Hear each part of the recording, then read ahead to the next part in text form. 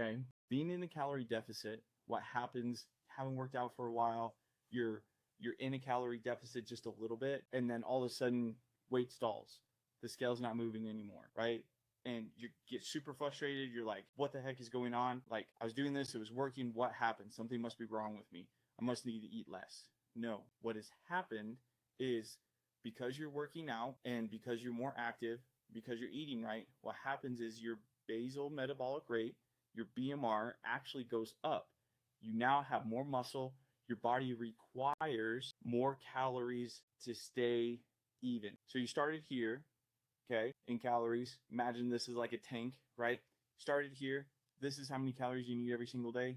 You go a little bit below that, you start to lose weight, and then all of a sudden it stops working. So what do you need to do? What people do is they drop down the calories even more, even though what's actually happened, right, is, oh, okay, your body actually needs more calories because you have more muscle, your body needs more of it, and then they drop this even lower. And so now you're not just in a calorie deficit, you are completely malnourished, is what happens when you drop 500 calories. If you're doing 1,000+ calorie deficit, one, you're gonna feel like crap.